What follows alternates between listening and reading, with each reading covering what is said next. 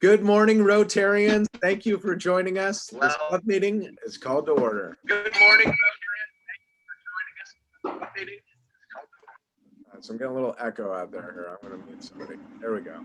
All right. So shortly, I'll be sharing my screen and leading us through another fun presentation to direct the conversation and, just have a fun time. So periodically, I'll bring that screen share down and we can see each other's beautiful, friendly faces and engage in more dialogue. Family and friends are always welcome at our club meetings. So don't hesitate to invite someone like maybe your grandkid's soccer coach. Feel free to speak out as you would in an in-person meeting, but if you're not using your microphone, be sure to put yourself on mute, or maybe I'll do it at the cost of a club fine. There you go. Welcome everybody to the Fortuna Sunrise Rotary Club meeting for 2021. Volume 47 of my presidential year. We're almost 50. We have a terrific Rotary Club, and I am so thankful to be a part of it. This time I'll bring the screen share down. I'll introduce any guests, and it looks like our guest this morning is Jack Rice. Jack, thanks for joining us this morning. He'll also be our program today, so really appreciate you coming here and being with us.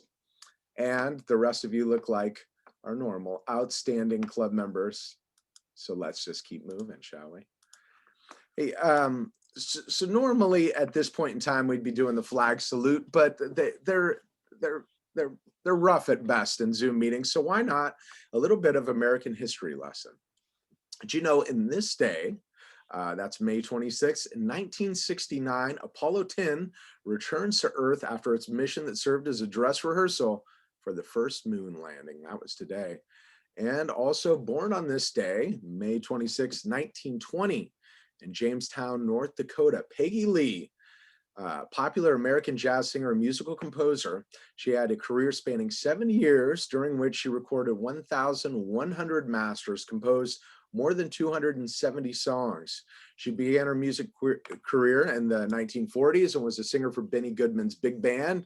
Her most famous recording was a version of Little Willie Johnson's Fever, gives me fever, which she was nominated for 3 awards in the inaugural Grammys in 1959. She was also an actor or actress, famously voiced several roles in Disney's Lady and the Tramp, and also co-wrote all of the original songs from the film. He's a tramp, but I love him. Oh man, great one. Anyway, continued to perform throughout the 1990s despite health issues, and she was inducted into the Songwriters Hall of Fame in 1999. That was once again Peggy Lee, and she was born on this day in 19. Simon? Yes. Is that all there is? I don't know. Is there more? Tell me more. No, that's what I'm just saying. Is that all there is? I don't know. We could pull in Don Jewett. I'm sure he might. No, I'm trying to explain to you. That was one of her big hits. Oh. You know the band? Who? The Who? What band? The Who. Okay. Who's on second? Ross. You got me. So the inspirational message of the day. When you're enthusiastic about what you do, you feel this positive energy. It's very simple, right? Yeah. So be enthusiastic about what you do. Be enthusiastic about Rotary. It's what attracts new members. It's what keeps the club going, our enthusiasm. So talk to people about it, right? 4-way test. And I'm going to pass it over to past president, Frank Ramos, and also great donor of a cow suit. Frank. Thanks, Simon. The 4-way test of the things we think, say, or do. Is it the truth? Is it fair to all concerned? Will it build goodwill and better friendships? And will it be beneficial to all concerned? Excellent. Excellent. Thank you, Frank. Let's see here. Announcements. We have flags on Main Street. That's this coming weekend, May 31st. And there's a couple key players who are going to be out of town.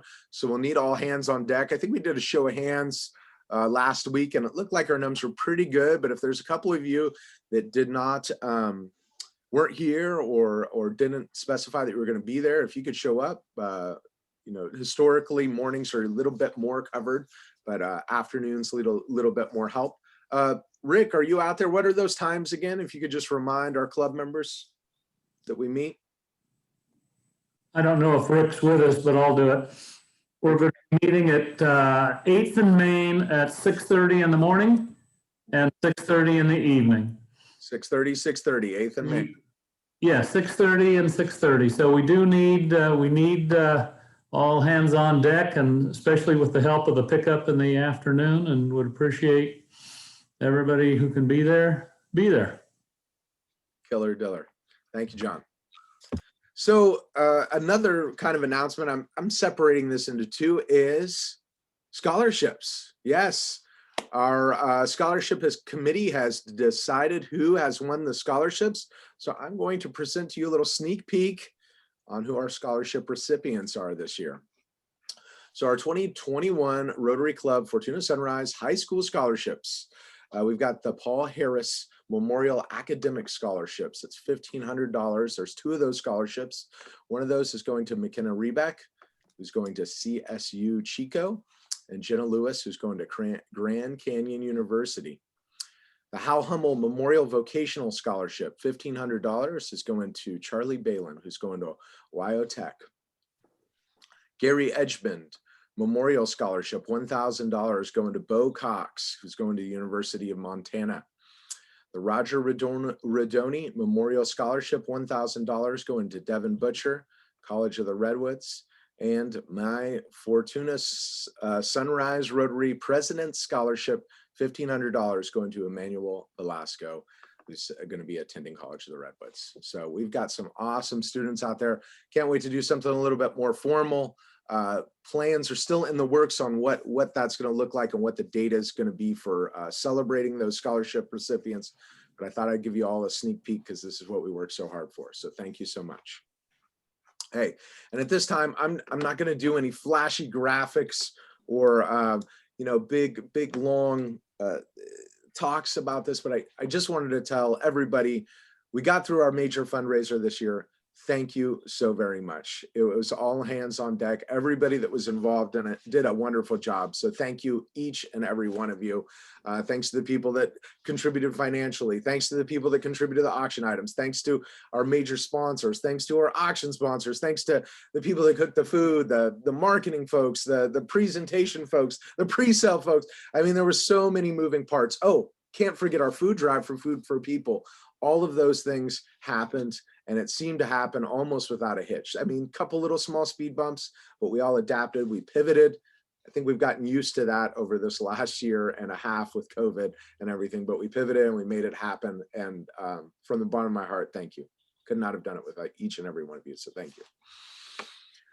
Okay, wow. Okay, well, let's see. Another program that we do and we really, really love is, speaking of Food for People, backpacks for kids. We get the food in the hands of those people with food insecurities over the weekend, kind of carry them over. Maybe the best meals they get are those, grammar school lunches or whatever, middle school. So this week we've got Buster and Lori Garrison, as well as John Sapper packing bags today. And then June 2nd next week, we've got Jeannie Weiss and Shirley Lipa. Maybe could use an extra person there. And that, let's see, we got 3 more, including this week, and then we're done. Then the summer hits, okay? Yeah, Simon, we just got a notification from Food for People that there are only 2 more. They're only supplying food for the next 2 weeks. So okay, these will be the last ones. So any help we can get would be great. Okay, only 2 more weeks. Let's see. I better put a note of that. So I don't put up next week's. You might have to remind me again, but here, backpacks, only 2 more. Okay, gotcha. Nice. And I see in the chat there, Aaron Dunn said we gathered more than 1,000 pounds of food for the pantry shelf. So that's outstanding, huh? How cool. All right.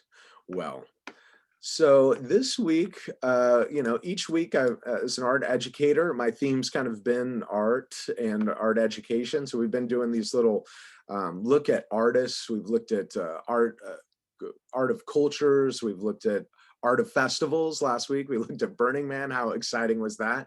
And so I thought I'd do something kind of different.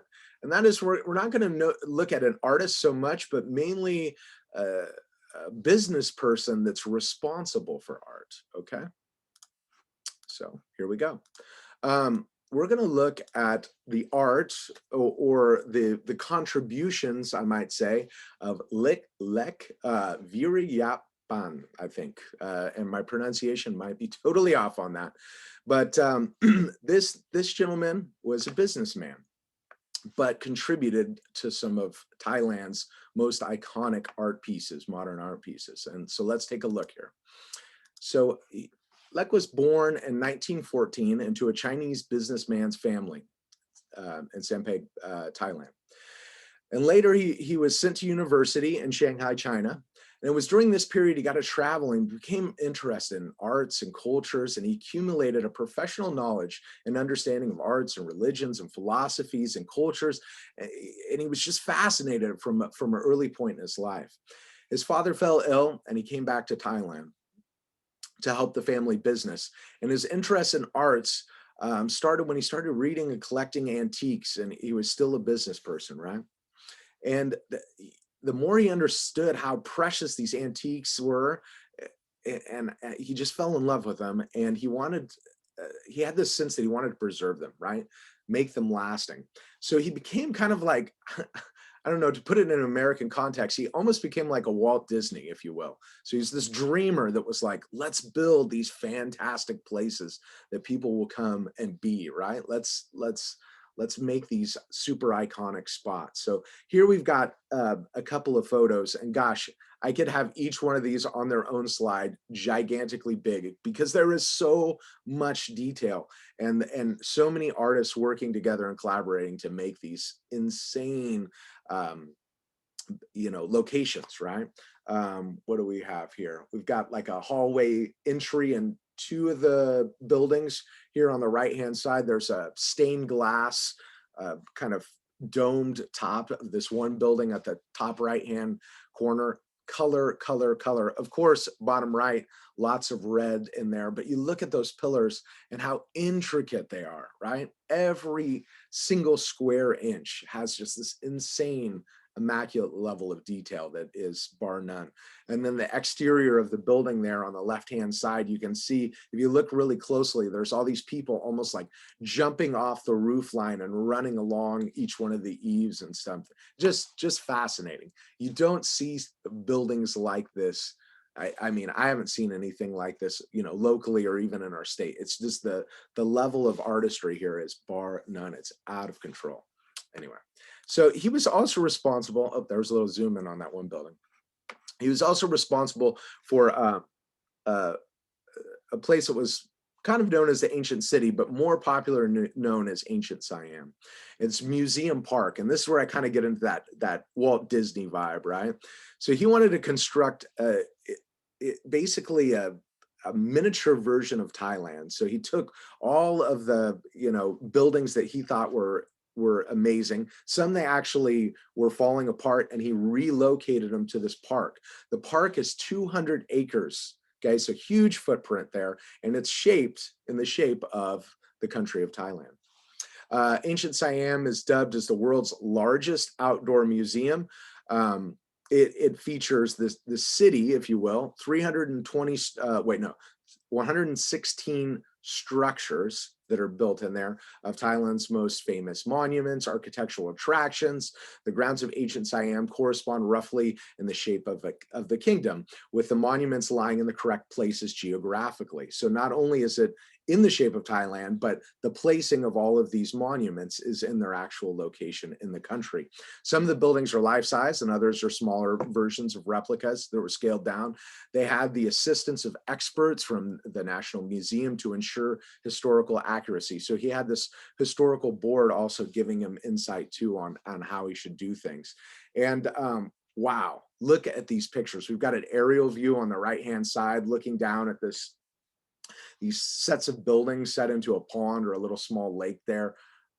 It's just out of control detail, right? Just gorgeous. I love those wavy kind of curvy lines through it. Super huge fan of patterns and textures, and they're just dominating all the works here. And then this temple here with a fish, like a gigantic fish swimming around the outside of it, baring its teeth. Oh, wow. Huh? So I just thought this was something to share. You know, obviously you couldn't name just one artist that was responsible for this because it was probably hundreds of people working to build such a structure. So we're more looking at the person who kind of funded it, was the brains behind the operation. And on our last slide, this is where I ask a Rotarian, and let's see, I think the first person I was going to call didn't show up. So I'm going to go to person number 2. How about Aaron Dunn, past district governor? Are you there? I am. You know, my comments are, this is extraordinary, what he's done. But the importance of that partnership between business and art, and without that kind of contribution and vision and foresight and commitment from this businessman, who I will not attempt the name, this wouldn't have happened. He's preserved a culture for all of us to look at and appreciate, and that's how our future culture will not be preserved without that kind of partnership. And so that's really what my comments are this morning. Yeah, that's a great kind of segue to a further conversation. Is there, before I get in and kind of touch on that a little bit more, I think that was outstanding, Aaron. Is there anybody else, maybe specifically about this piece that I'm showing here? This is the Erewhon Museum. We've got this giant 3-headed elephant creature on top of this museum, circular museum structure beneath. Anybody want to comment on just anything else? Does anyone know the meaning of that 3-headed elephant? It just seems like there would be a meaning, but I don't know what it is. It seemed like this guy pulled from some religious stuff and then also kind of took creative license too. So there's a lot of, you know, esoteric buffet going on, you know. I've got a comment. Yeah, please, Penny. I just I'm amazed at typically it's one person's imagination, you know, like Walt Disney, that other people have to buy into, and often that person is seen as kind of odd or weird, or people don't get the vision they have in their head. And I'd be very interested in the process that how that vision was explained so that people did buy into it and collaborate to be able to come up with this these magnificent things that he did. Yeah. I mean, and we all know, if you've ever sat on some committee that deals with art, I know I've sat on a few of them. It's hard to get a group of people to all kind of buy into something, right? You know, you always have these conflicting ideas and juggling all those and their expectations and formulating into something where it's a finished piece. Is the scope of this project is out of control, or these 3 projects. I'm actually showing you guys 3 places that he built. One was a museum, one was a temple, and then the other one was the kind of big attraction there, the museum. I guess 2 museums. So fantastic. Anybody else before I keep rambling on here? Hey, Simon, just from my deep study of Buddhism, the elephant has been a symbol of greatness, wisdom, and a vehicle of transportation. So not only a way to get you through from point A to point B, but also to provide wisdom. Yeah, elephants are one of the only animals too that buries their past, you know, fallen elephants, and they actually return to the grave sites, which I think is something that's fantastic about elephants. You don't see that with many other animals, or correct me if I'm wrong, any other animals. Elephants do that, and so they show, you know, mourning, right, for their fallen friends and family, which is outstanding. I guess the last thing I wanted to hit on is this kind of comes more back to a local level. Fortuna, like, you know, what do we represent? And I know sitting on some of the marketing meetings for our town, it's like, you know, you've got these very established areas like, you know, Ferndale, that's the Victorian Village, and Eureka's got the, you know, the Old Town, and as well as the docks there in the bay, and Arcata's the college town. They have these senses of identity, and that's something we've always kind of, our identity's been wrapped around some awesome events that happen in our town, but there is no like, you know, what do we bring people to? And I know with the Fortuna mural that we put up on the side of the raise, it was an attempt in that direction of bringing more arts and culture and identity to our town. And I think moving forward, as we are leaders in Rotary, what do we do? How do we preserve our culture? How do we pay homage to cultures that were here before, and make something lasting that people want to come and marvel in and just go, wow, right? You know, that's our duty, I think, or maybe some of us. Anyways, that was great dialogue. Thank you so much. Aaron, I think you're in the Century Club, aren't you? Yeah. Okay, well, I'm going to bring the screen share down so you can see all these lovely people's faces. And maybe Ross will insert somebody under a bus so you can pass on the buck. I think I'm gonna do a $10 fine, because we're getting close to the end of the year. I want to get everybody in the Century Club. Let's see if we can do it. Look around the room, Aaron, and just grab somebody. Well, first of all, I just wanted to know if there was a volunteer that would like to take on that fine and get closer to the Century Club. Is that Penny? Penny. I'm going to look at Penny for Joe. There we go. Look at that. Awesome. Thank you so very much. I see also in the comments here, Dawn wrote, elephants symbolize each of the small kingdoms in Laos, and kind of controversial. Interesting. Interesting. I love it. I love the dialogues. Thanks everybody for being engaged. Let's see. While we're on the theme of recognitions, I don't have any formal recognitions, but I have been drawing all the club members, and I hope to get just about all of you done before I exit stage right even, to quote Snagglepuss here. But I'm wondering if there's anybody in our membership that wants to boast, brag, share, talk about something outstanding that's happened in your world, your family, whatever, your pod. Anybody? Maybe want to get closer to the Century Club, or any brags, maybe donations to polio? No? Chris Broadstock, I see your hand up. So I had an admission during the bingo event that was my mother who called wrong bingo. I was helping her with that. So I will accept any number of fines on that behalf. Any number. Wow. So I guess I'll pass it over to Ross. Is he in the Century Club? Yeah. Oh yeah, he's in the Century Club, but does he realize how much discombobulation that created with the bingo validator and the entire crew? We had an army just to deal with the bingo that night. And I mean, I would like to say that added an element of drama and intrigue. So there was some benefit there, not to everyone concerned, but I believe that there was. So why don't you give me 20, and we'll do 10 for polio and 10 for foundation. Love it. Thank you, Chris. Awesome. Cool. It was a lot of fun. There was a little bingo drama.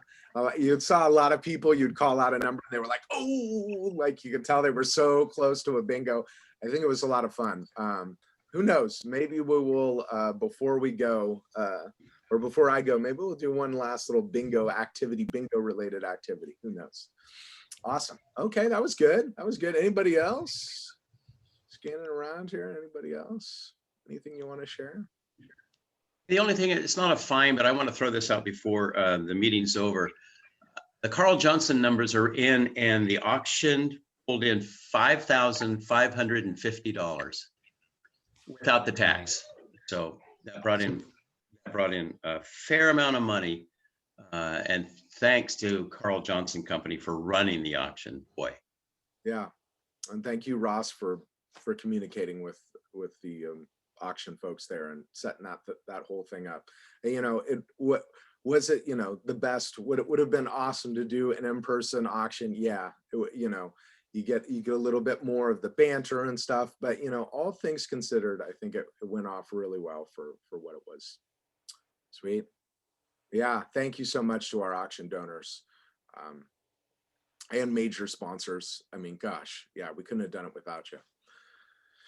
Okay, well, I think at this time, I'm going to pass it over to our program chair, Erin Dunn, who will introduce this week's program. Great, thank you. We're lucky to have with us this morning Jack Rice. He is the owner of Western Resources Strategies and owner-operator of Larrabee Ranch here in Humboldt County. He attended UC Davis Law School, where he concentrated on environmental and agricultural law.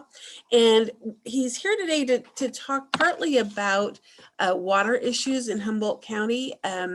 If they're only going to escalate in the future and probably over the summer alone. And so we wanted to hear his views on water issues here. And thank you so much, Jack, for joining us. Thank you, Erin. Appreciate it. It's good to talk to you. So water issues are, that's a big topic.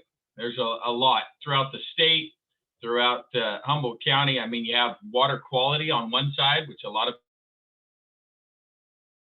one of the focuses of when you say water, you're thinking water quality. If you're a farmer, you're thinking water supply. If you're city, same thing. You have both water supply, and then you have wastewater and what it means for water quality issues. So when it comes to affecting the overall community of Fortuna and the county, there's a whole lot of areas. So now I can talk. I have some information to give us a framework, but I'm just curious. Is anybody interested in a particular vein when we say water, or just generally how it affects Fortuna and the surrounding community? Anybody have a particular focus area, or just roll with it? I was hoping that you might, well, this is me personally, talk about water availability and the resource. You said that, I can't remember what word you used, but the availability and of water. Certainly. Perfect. Well, so a little context, because I think one of the things this year is, Erin, as you mentioned, we're in the middle of a drought, a really bad drought. It's bad in the Eel River watershed, but it's much worse in other parts of the state. That's going to affect everything going on. You saw the governor declared a drought emergency in April for Mendocino and Sonoma County in the Russian River watershed, and then earlier this month, a couple weeks ago, for many other watersheds. Now, Humboldt County was included, but primarily because of the Klamath Basin, not the Eel. The county still is in a drought emergency. We probably won't see huge effects locally on that, but we do know that this is a big topic of discussion, right? In California is going to be this drought. So the conversation about water is going to be shaped by what this year and the drought and the conditions we have. And the big one, I think that many of you may have recall from 2014, I believe, is the Eel River is likely to go dry again, right? At least it'll be flowing under the groundwater or under the ground level. So now that is from a hydrologic perspective, it's not a particularly significant issue. From a news and sort of conflict over water use and environmental issues, that can be much greater topic. You'll see it in the newspapers, but we expect that to occur. So again, I just say that because that kind of shapes how we're thinking about water this year. But let's zoom out a little bit and talk a little bit about Humboldt County's water resources and what we've got. Maybe that'll gen up some questions. So on the Eel River, it's a pretty large watershed. A whole lot of water comes out of it. There's plenty of water in this drainage. There's one small diversion, the Potter Valley project, which takes water. It's not in Humboldt County, but it takes water from our watershed. It diverts it, produces power into the Russian River watershed. That's in the middle of a process. I think Humboldt County is even part of relicensing. So that there's going to be changes with that Potter Valley project. There's a whole lot of cultural perspectives on the impact of the Potter Valley project on the Eel River, most of which may not be entirely accurate at this time. But in general, we're going to see some changes on the Potter Valley project and how it is. But for the most part, the Eel River Basin, there's a whole lot of water here, and that we don't have a lot of water use in it. So we have that. The big thing that's going on in the Eel River Basin right now really is the Sustainable Groundwater Management Act. So the lower part of the basin from the mouth of the river, the coast, all the way up to Scotia on the Eel, and then I think around Grizzly Creek Campground on the Van Dusen, that's a groundwater basin, and that has to develop a groundwater sustainability plan. The county's doing that, and that's going to be a process that's got to be completed by the end of this year, essentially, and submitted to the state for review. So that'll affect a little bit of how people it'll require the county to manage and make sure that groundwater use isn't having a problem. So we don't expect, based on what we know, we don't expect there to be an availability problem for groundwater, because there's, again, a whole lot of water goes out through the Eel River, but there's going to be greater scrutiny on what's going on. People are very concerned about that. And Jack, oh, sorry, let me just interject too. If you could fold in how that impacts our agricultural way of life here in Humboldt. Sorry, I just wanted to interject that. No, perfect. So in this basin, I think the basin's about 74,000 acres. So it's kind of the alluvial area. There's about 13,000 acres of irrigated farmland, and that 13,000 acres, and then there's the several cities, Fortuna, Ferndale, all those. So Sigma is, well, frankly, I'll say initial analysis shows that the portion of water used by agriculture, which is 20,000 acre feet, which sounds like a big number, but it's a very small fraction of the available water. But now remember that Eel River went dry in 2014, and we expect it to go dry again in this year, given the hydrology. Not everybody shares that view. There's some people that are very concerned, and you see the river goes dry, and then you look over in Ferndale and you see that there's irrigation occurring, and you think, well, this must be the cause of that. So that is, Aaron, that is where you're going to see some tension on the issue. Now people make a lot of assumptions about water and how it works and what happens. Water is super complicated. We often say it's technically complicated, it's legally complicated, it's politically and economically complicated. It's about as messy as you can get. So it's not simple that irrigation is causing this river to go dry, and it may not be that the cannabis industry that's using water further up in the watershed is causing the river to go dry. But we know we're going to end up in a public debate over that. And that's really kind of where in Sigma, it's not known. Right now, we don't expect the groundwater sustainability plans to really affect agriculture in the basin, but there's others who think it should. Probably not an entirely satisfying answer, Aaron, but that's the nature of water and most water policy discussions. I'd like to hear from, if Walt Giacomini had any questions or thoughts as well for you. Well, Jack and I've had a lot of questions for Jack over the years, and he's always had good answers. But this is definitely his area of expertise. So no, at the moment I don't. I would have asked the question you asked earlier, how's it going to affect agriculture? And he's indicated that that's complicated. So I'm going to go with that. I got a question, Jack. You're talking about like where the water is kind of going. What are some of our largest places where water is going? What are the highest uses, kind of thing? That's a great question, and so when it comes to how much water people use, so it's going to be agriculture is going to be the largest, because that's where most of the water is pumped and applied to groundwater, the crops use it in what evapotranspiration. So that's consumptively, that's going to be the most significant portion. Because like Fortuna, they use water, but it also goes through their wastewater treatment plant. So maybe 70% of it returns back either into the groundwater or into the stream. So when it comes to use, it's certainly agriculture that is the largest user, but that is a fairly small fraction of the overall water supply. That's much different than other parts of California. And to go to the whole ag, for context, in Madera County, there's portions of Madera County where they have about 90,000 acres of irrigated agriculture in this one part of the sub-basin. There's only enough water to probably irrigate half of that. And these are high value orchards. So they're looking at half of their agriculture to be, over the next 20 years, will disappear, half of their irrigated agriculture. Huge, huge economic impact. Humboldt County's in pretty good shape for water, but even here, we're gonna see some tension.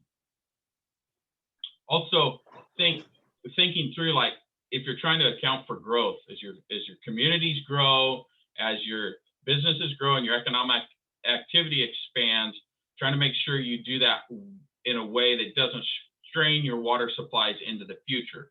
Pretty good shape in Humboldt, but you do have, like, Fortuna struggles with its wastewater, for example, and where to put it and how to put it so it doesn't cause harm to the rivers, or rather, more honestly, it complies with the regulations. Jack, I have a question that I just don't know, and I've lived here my entire life. Potter Valley Dam, is that dual use? Is it hydroelectricity, and is it also shipped for other agriculture? I only hear about the controversy in later years, but I've really never understood what the dam is for. It was built originally as a power production, but it also had the benefit of getting water from the Eel River watershed into the Russian River watershed through Potter Valley. So it does both. And the water that goes to the Russian is extremely important for agriculture and environmental uses in that watershed. But the dam is a fish passage barrier for the Eel River watershed.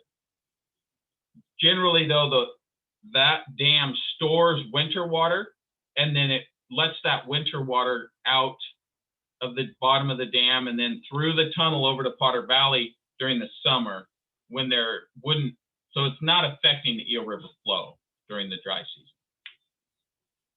Good question. Jack, Ken Halpy. I'm gonna kind of go back to your Farm Bureau days, but two-part question. One, what is the state doing about there was a bond passed for increasing water storage, but I haven't heard much about anything going on. And the second thing, I was just down in the Fresno area visiting with families, still farms down there. And the state on water issues, it goes back and forth. I just heard when I was down there, farmers who were using, were not mandated, but encouraged to use drip or banjet irrigation are now told to go back to surface irrigation for recharging the aquifers. So when's the state going to get their act together? I know that's a hard question to answer, but. Good questions. Thank you, Ken. So regarding storage, there was a big bond in 2014, I think the last drought, that was passed providing several $1 billion for storage. So far, none of it's been used for storage. They've spent a lot of money on studies. It's not clear. One project, Sites Reservoir in the Sacramento Valley, which is essentially an off-stream storage, is it's not clear that it'll be built, but that's furthest along. Interesting to note that it is very challenging to get large infrastructure projects built in California, even whether it's a high-speed rail or a dam. It's no simple task, and I think that storage bond reflects that reality in California. So I don't know if they'll get that piece done. Regarding the recharge and the water use efficiency, I think this is one of the challenges that anybody that is involved in environmental science faces. And Sal can correct me if he disagrees, but essentially we don't know very much about complex natural resource issues. We know, I mean, we may know a lot, but we don't know everything. So years ago in the San Joaquin Valley, they said, hey, everybody needs, they're flooding their fields. This is wasteful. It's terrible. You know, we need to stop that and do micro irrigation. Well, it turns out that really did make water use more efficiency. It also increased water consumption, reduced groundwater recharge. So groundwater levels started to collapse. Now they're going back to those same people and say, hey, do you have that flood your infrastructure in? And they're like, no, you made us tear it out. Oh, well, then we need to put it back in. So when we have flows in the winter, we can flood your field. It ends up as a compromise, right? The idea that flooding in August during a dry year, maybe not a good idea, should be on drip. Flooding in February to recharge the groundwater is a good idea. So you find out that both were right, not one or the other. And I feel like that, in my experience, that's kind of philosophically often true, but also in environmental sciences, it's particularly true. This action was always known to, this was guaranteed to help to spot it out. Oh, wait, no, it's not so much. We have to do this other thing too. Hey, Jack, this is Heck. Is there any continued discussion about somehow exporting more of Humboldt County's water? I know there was some discussion about Ruth Lake and some thoughts about ways to do that. So where does that stand now? That's a great question, and good morning, Heck, good to see you. Exporting Humboldt County water outside of the county makes some people go through the ceiling. That's why one reason the Potter Valley project is. It also would, to really get it where it's needed, it'd be a pretty large infrastructure project. Be great, we have a lot of water, we have more than we need during certain times of the year, but doing it is going to be huge. Now the Ruth Lake and the Mad River, this is really interesting because there's not a lot of districts in California that have more water than they know what to do with. But the Humboldt Bay Municipal Water District is kind of in that place. Since the pulp mill disappeared, you know, they have more water available for their service area than they really need. That's why Ruth has been so high for so many years, stayed pretty steady. And there's a lot of water coming through there. So they've got a lot of water available. They may be looking to make that water available to communities outside their service district. So they go from, I think, McKinleyville down to CR and inland quite a bit. So if there's other areas that needed it within the county, they could do that. They would probably be willing to convey water, but that's anywhere. But I don't know how you'll be able to get it out. They are looking also at trying to dedicate that water for in-stream beneficial uses, and to help fish in this dry year, which they may or may not do.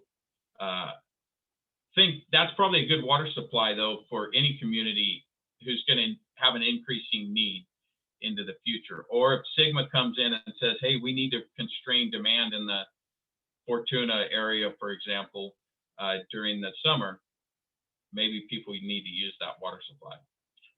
I don't think there's a specific export idea, Heck, that I'm aware of. Although the board did talk about it generally, there was not a specific proposal that I heard of. Does anybody else know of one?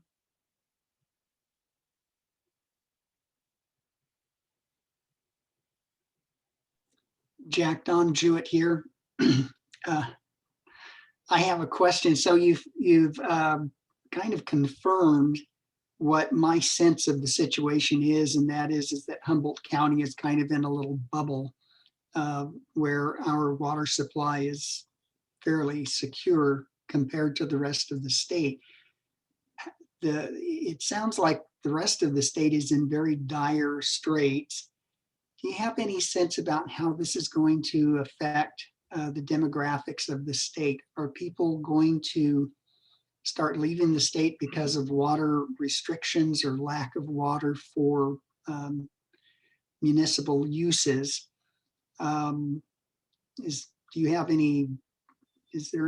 anybody have any sense? California is the largest population state in the country.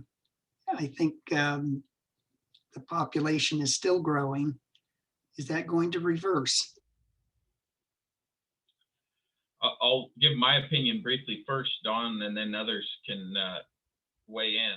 So not only is California the most populous state, it also is the largest agricultural producer in the nation, and perhaps that's an appropriate correlation. But ag is going to probably be the one. Ag and the environment are going to be the ones that are suffer the most.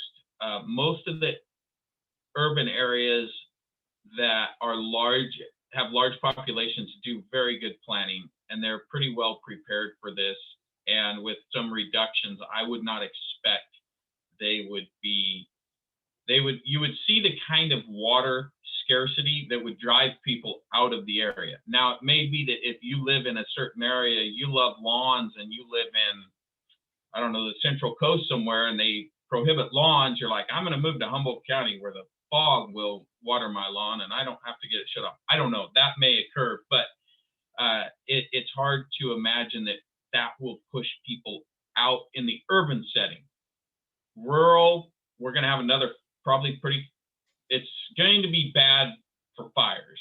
Now, whether they happen or not, we don't know, but it's going to be a terrible situation as far as fire. That's an issue that affects the rural areas, but agriculture is really going to get hammered. There's folks in the Klamath Basin that it's not clear how they'll survive. And that's true all throughout and that's just, there's not water. In addition to regulatory requirements demanding water be shifted for environmental purposes. Thank you.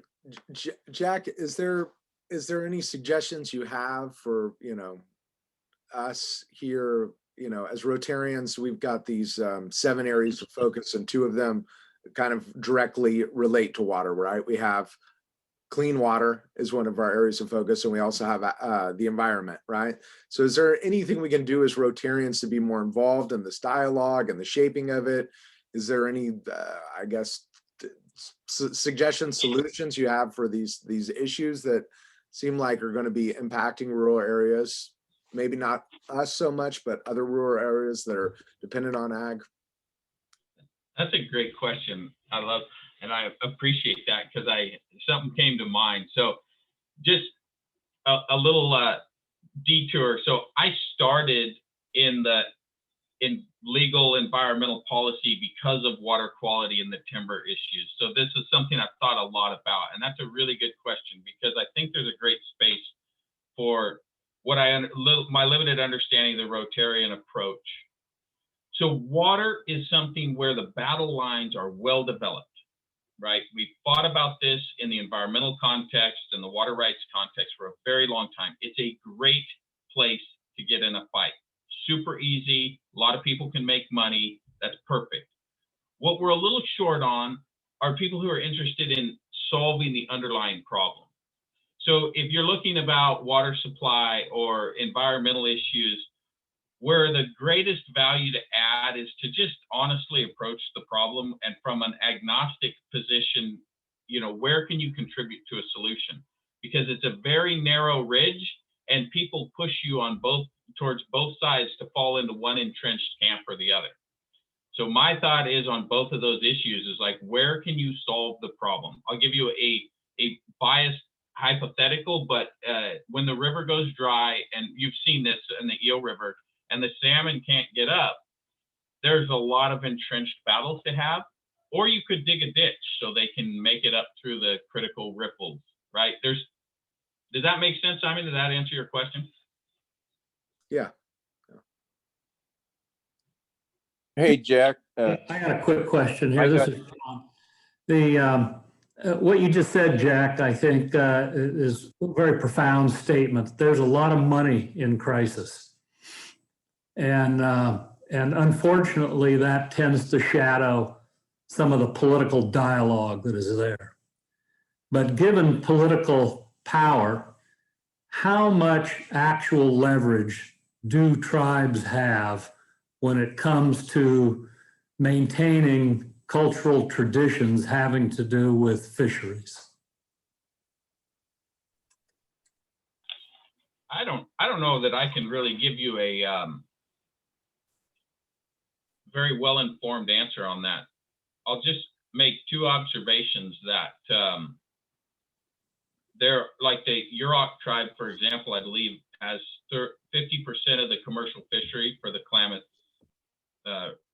Basin. It very clearly commercial fishing, in addition to their subsistence fishing, is integrated into who they are. Probably have a lot of influence because that's just not only part of their culture, it's part of their economy. In other areas, the demarcation between environmental interests and the tribal interest is less defined. But I don't, it's Native peoples is very important to this administration and the current political climate. Hey, Jack, Don Winterholm here. You talk about Humboldt County being almost rich in water. However, there's some projects. Everybody knows about the whole pot thing, man. I mean, there's tons of water there necessary. But the other one is the aquaculture project that they talk about.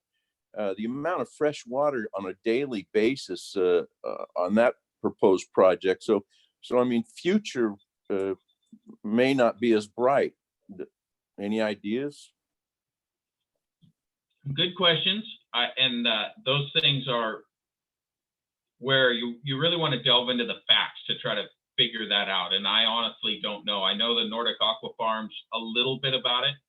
And my understanding is that like something like Nordic Aqua Farms doesn't consume much water. It's probably not measurable. It uses water, and however much comes in, it has to go somewhere. It's going to go out.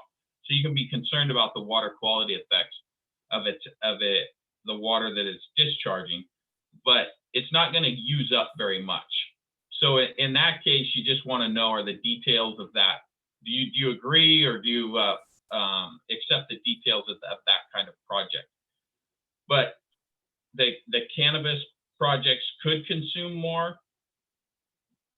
It's useful though to really look at the scale of how much water we have and how much is being used, and then understand that maybe most of our issues are timing, not total supply. Thank you. Very interesting. Thank you, Jack. Oh, Dr. Greg, I see a hand up there. Hi, Jack. Is personal household use still allowed? I mean, can we catch water off our roof and use it in the garden during drought restrictions? Oh, good question. So yes, I didn't, I really wanted to drag you guys through the knothole of water law and water rights, but Greg asked a question. So in California, you can capture rainwater off your roof. The only thing you can't do without a permit is divert water from a channel. Now, a channel can be really small, but you can, if you have rainwater off your roof, you can use it. Unless there's a local ordinance that prohibits you. I don't believe there are any. So yeah, you can catch your rainwater and use it however you want. You can't pump it out of the creek though, or even necessarily out of the ditch alongside your driveway. Jack, Ross Rowley here. That's very interesting. Growing up on the Trinity River in the 1960s and 70s, that's how everybody irrigated their gardens, is they pulled it through pumps right out of the river, and that lasted well into probably the mid 80s, and it's just very interesting to see the change in times and cultures and so on and so forth. One clarification, it's actually, you can do it, you just have to have the appropriate authorization or have the from Fish and Wildlife, the State Water Board, and then report that use. So it can be done, but not in a drought. It probably would be prohibited. So Jack, back to what you had said, alluding to what Ross was just saying, is that when you talked about the marijuana consumption, is that it's not necessarily the amount they use, it's the timing of when they use it. Meaning, so just to clarify, I think what I'm hearing you say is that they need to suck as much water. They need their water at a time when there isn't as much available, is essentially what you're saying, because they're using it in late summer extensively or summertime extensively, and that's not when we're at high flows. That's correct. And that's reflected in, I think, the Cannabis 2.0 or whatever they call it, ordinance, where they have to store water from the winter. Perhaps they should move to winter crops and grow asparagus and Brussels sprouts. Asparagus is almost gone in the Delta, so maybe we have an option there. Labor turns out to be the limiting factor. Yeah. Well, we're getting real close to the mark here, but Jack, I'd really like to thank you for coming and speaking with the club here. And yeah, everybody give it up. We're applauding. This is Zoom way of applauding. We'll wave our fingers at you. Thank you, sir. Yeah, that was fascinating. Great dialogue. I appreciate everybody getting in there and asking lots of questions. Before we go though, could you win some money? I'm gonna dip into this mayonnaise jar and Sal Kenichi is saying shout out to Keith Borges for his work on the scholarships and his heroes, Dawn and Heather and the food crew. Yeah. Thank you. Yes. Okay. Let's see. Whose name am I going to pull out of the magical mayonnaise jar? Angela Johnson, are you here? I see your icon down there. I am here. Yep. Okay. I'm going to dip in here. You got a pretty darn good chance of winning money today. And how much would that be, Ross? 65. 65 bucks. Let's see. What'll it be? It is the golden ball. What? Jeez. Angela, you just won 65 bucks. Hey, let's donate it. Let's split it between polio and foundation. Boom. Love it. Somebody with higher finance, what's the split?